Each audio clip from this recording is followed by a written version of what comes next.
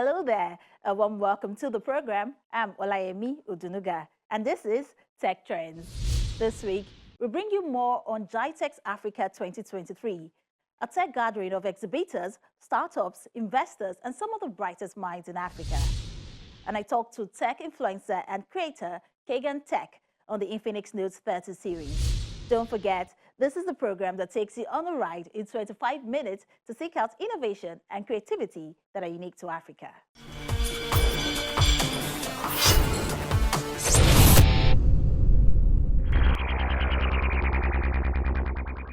It is difficult to think of a major industry that AI will not transform. This includes healthcare, education, transportation, communications, and agriculture. There are surprisingly clear paths for AI to make a big difference in all of these industries.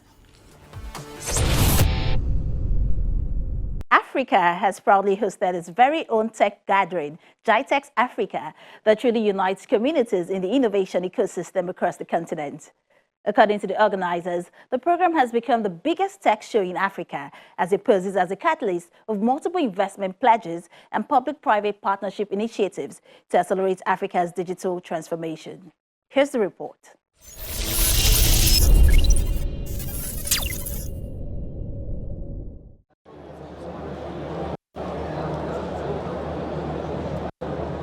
One nation bound in freedom, peace, and unity. It's Nigeria Day at the Nigerian Communications Commission booth on day 2 of GITEX Africa. And as policy leaders, government entities, as well as tech influencers and thought leaders continue various engagements on site, young African startup founders in attendance seize the opportunity to promote their solutions in hopes of finding global partners. Oh, it's been going well actually. I've been able to onboard a number of startups here to join the business, as well as a few investors. So I think it's actually going great, right? So my expectation after this event is that the product will not just be just a Nigerian product, but it will be one that will be embraced by the entire African community and globally. It's been very, very interesting, and I hope to go back to be able to explore these opportunities that we have here to scale our business further across other African countries beyond Nigeria. Because right now in Africa, assistive technology products are very expensive due to high import duties and forex fluctuations. So we need more investment in Africa. I will need to be able to produce these assistive tech, especially the low-cost tools in Africa. So we're seeking for partners, we're seeking for investors who could actually invest in Africa for production. Many of the over 900 tech entities spread across the exhibition floor are in Africa for the first time. This is in part due to the complexities associated with the continent of 54 countries. However, stakeholders say the presence of over 30 government agencies taking part in the digital summit will lead to key policies that benefit the economies of African states. You've got large organizations that have a footprint in Africa looking to engage, but my most exciting part is actually governments. Over 30 government delegations are here, which means critical policy discussions will be had, because our biggest challenge, if you ask me, in Africa is that we are not a homogeneous market. We are 54 different states. I had to travel out to Europe to come to Africa. If we can sort out those things, then two things become very possible: communication and commerce, and boom, then we change the economies of many African states. Buhari, he was sworn in for a second term in office on May 29, 2019. It's a marketplace for solutions. A Nigerian tech content creator, Eric Okafor, who has been documenting his interesting finds, shares his experience. There's lots of companies here, 900 plus companies, and there's lots of investors, over 200 investors, and apparently a lot of money funding. It is a big opportunity for Africa. First time spotlight being shown on us, like from GITEX, and it's the biggest summit in tech summit in Africa. I'm super opportunity to be here, and I am very grateful to be able to witness like this. It is solutions, and I feel like we need a lot of agri-tech or agro-tech, ed-tech, healthcare, diagnosis with AI. I feel like those are one of the best solutions that I've sat on and I've listened to, and I feel like there's a lot of also cybersecurity, something that Africa and Nigeria especially really needs. Cybersecurity, actual security surveillance, and I've talked to a couple of people who have impressed me, and I think that bringing their tech here will actually help us stop a lot of insurgency. Now people are discovering that there are a lot of young, brilliant minds that, if well harnessed, we can literally get a lot of, I would say, world problem solutions from them. And it would be interesting to see how they pave the way going forward. I feel like there's a lot of companies who are serving African market, and I didn't know they were, because they are Finnish companies, French companies, Polish companies, like from all over the world, but they are serving Africa, and that was interesting to me because I have a lot of information about African tech companies, but not so much from outside Nigeria that are actually supporting us in one way or the other.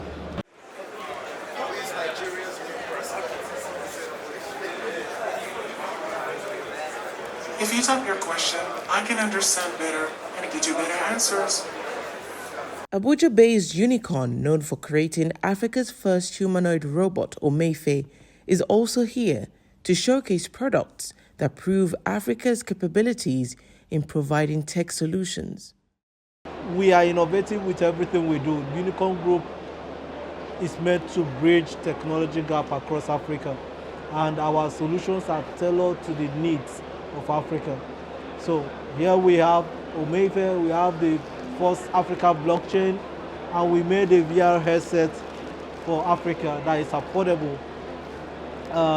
As against the normal VR, they buy like $400 to $500, but this $40.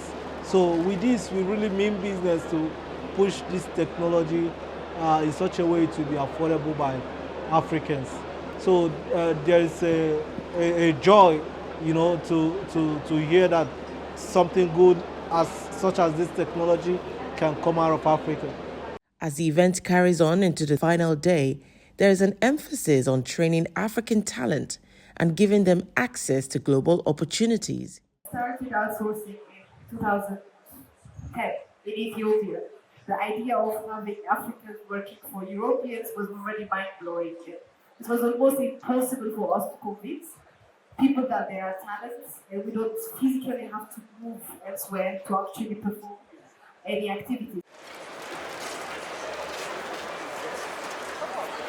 On the exhibition floor, we find Senegal-based O1 Talent Africa, a digital talent factory training developers and facilitating work opportunities for them. Their interest in the event is to establish contact across the continent. As the program wraps up on the 2023 edition of GITEX Africa, stakeholders are keen to return next year to build on what has been achieved this time around.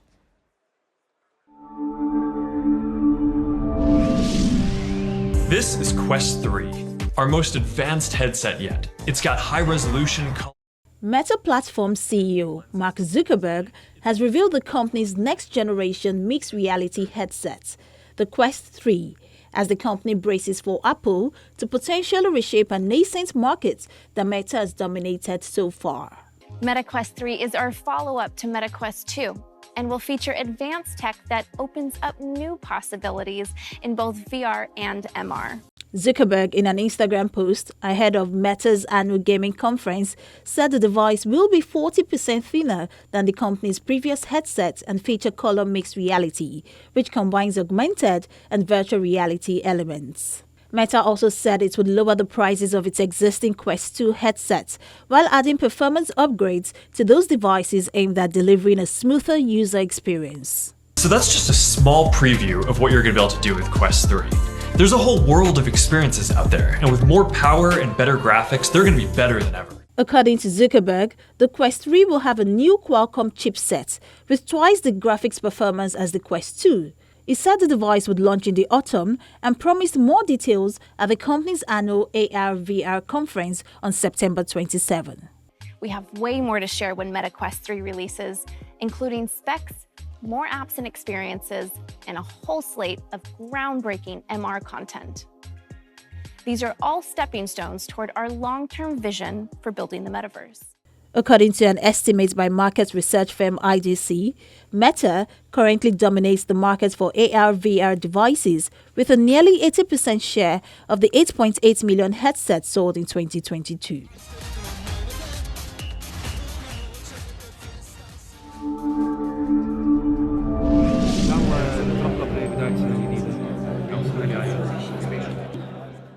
Apple entered into Meta's metaverse party, unveiling an augmented reality headset called the Vision Pro in its riskiest and biggest bet since the introduction of the iPhone more than a decade ago.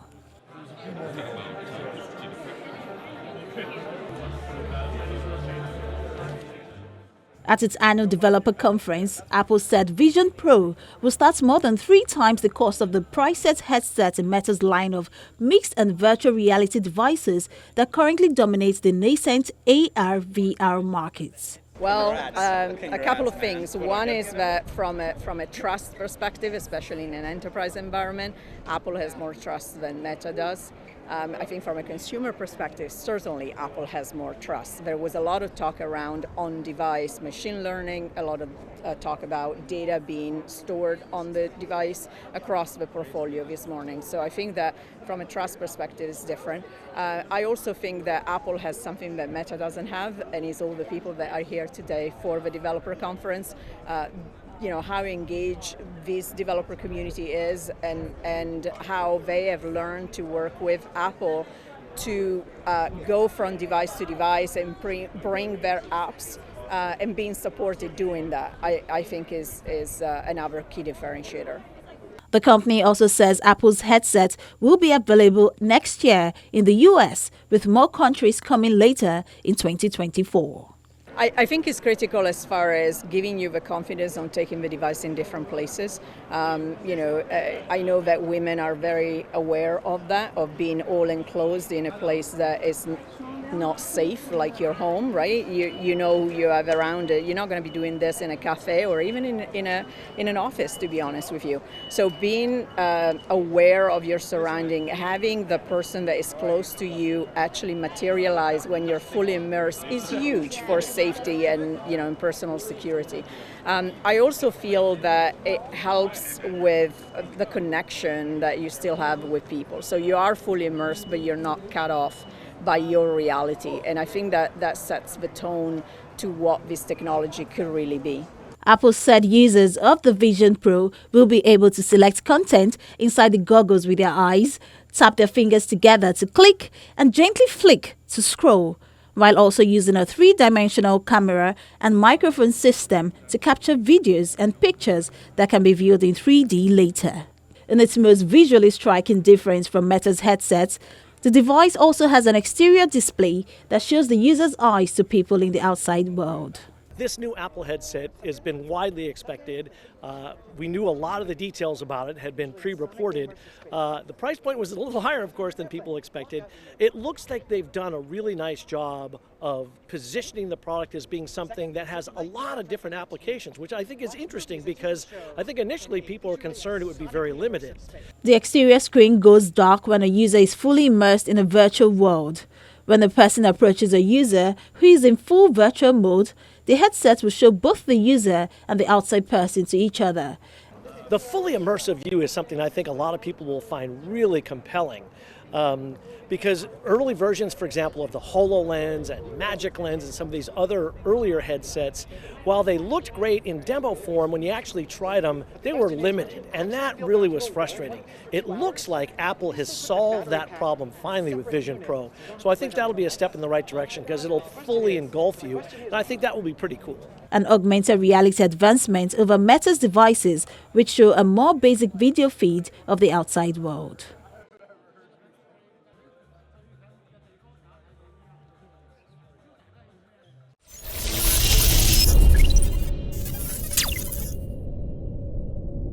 Infinix Nigeria, established in 2013, strives to improve the lives of its users by providing smart devices that incorporate cutting-edge technology and innovative designs to address their specific needs. This commitment is further reinforced with the launch of their latest flagship smartphone, the Note 30 series. The Note series portfolio is recognized for its exceptional performance and iconic design, and the Note 30 series continues this tradition. Tech influencer and creator Keegan Tech tells us more about the device.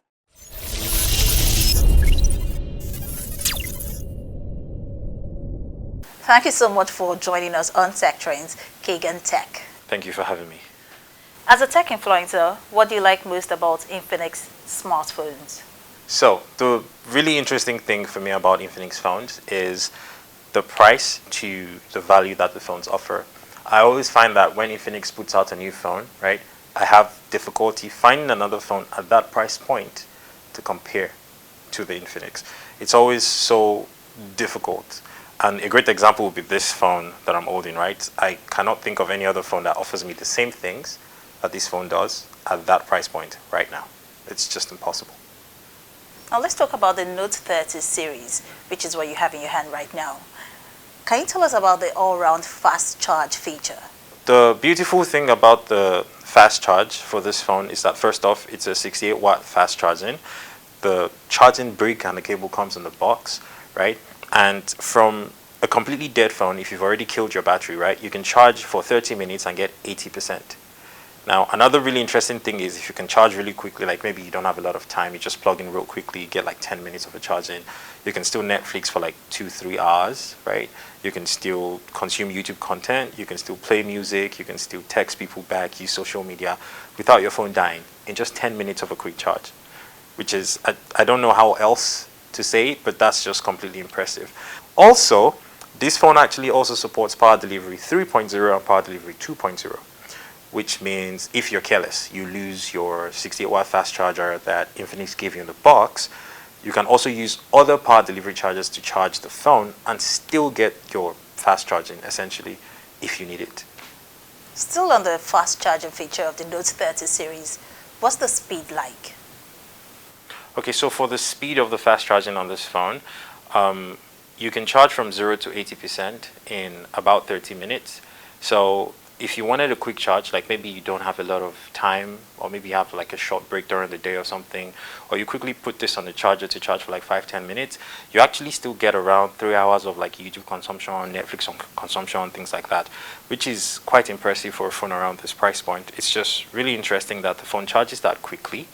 And it also has like some other interesting things about the charging, right? So for example, I'm a gamer. Sometimes I would game on my phone, and it's generally expected that when you're gaming on your phone and charging it at the same time, the phone will get a little hot. But with this phone, that's not going to happen because you can actually do a bypass charge, which means the power is going to be sent directly to the motherboard and it's going to exclude the battery straight up.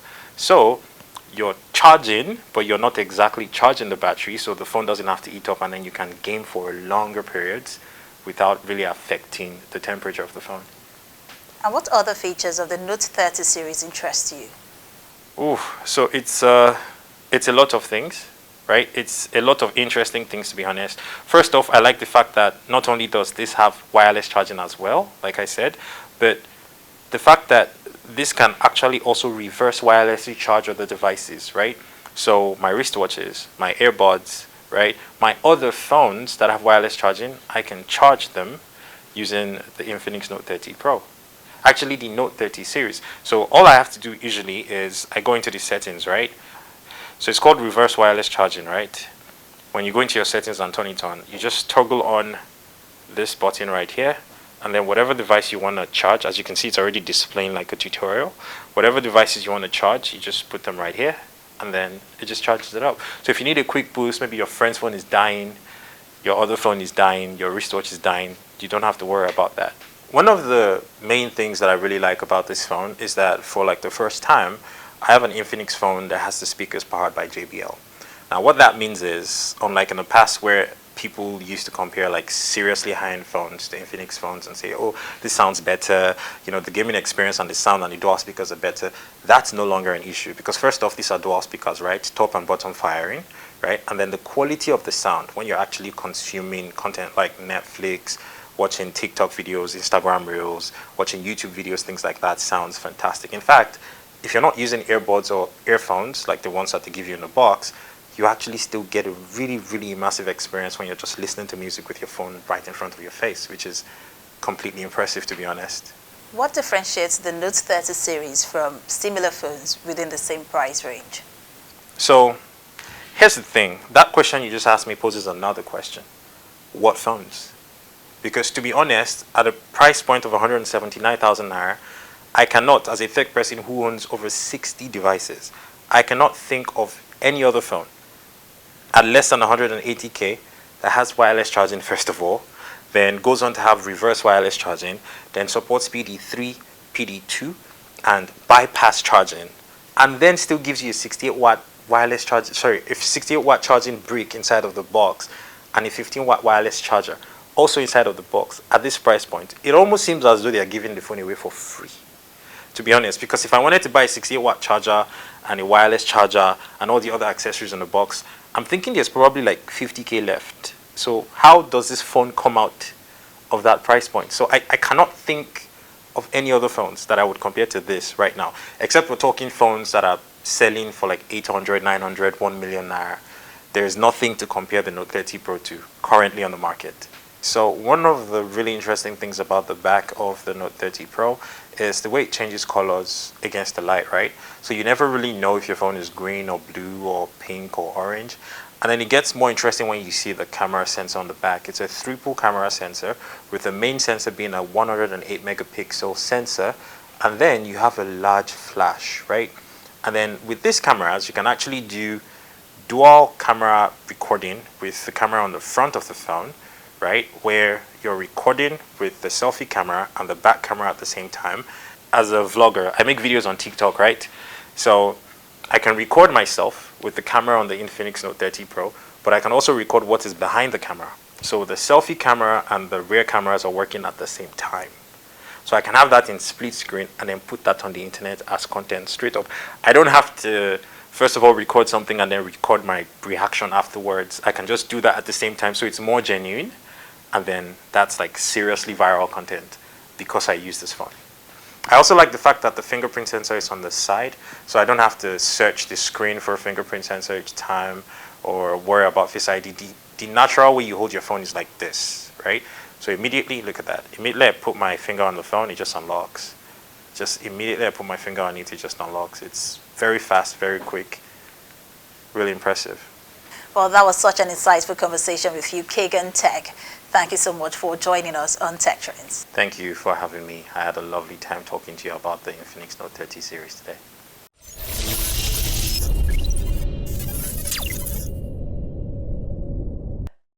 And that's our show this week. If you missed any part of it, you can always catch up on the channel's TV YouTube accounts where we have all of our episodes. And I encourage you to watch, share, and like your favorite editions. Remember, if you're interested in keeping track of how tech-savvy innovators are crafting homegrown solutions using technology in the country, keep watching Tech Trends because we will continue to showcase them for you. From startups to big techs and, of course, inventful thinkers. Until next time, I'm Olayemi Udunuga. Bye for now.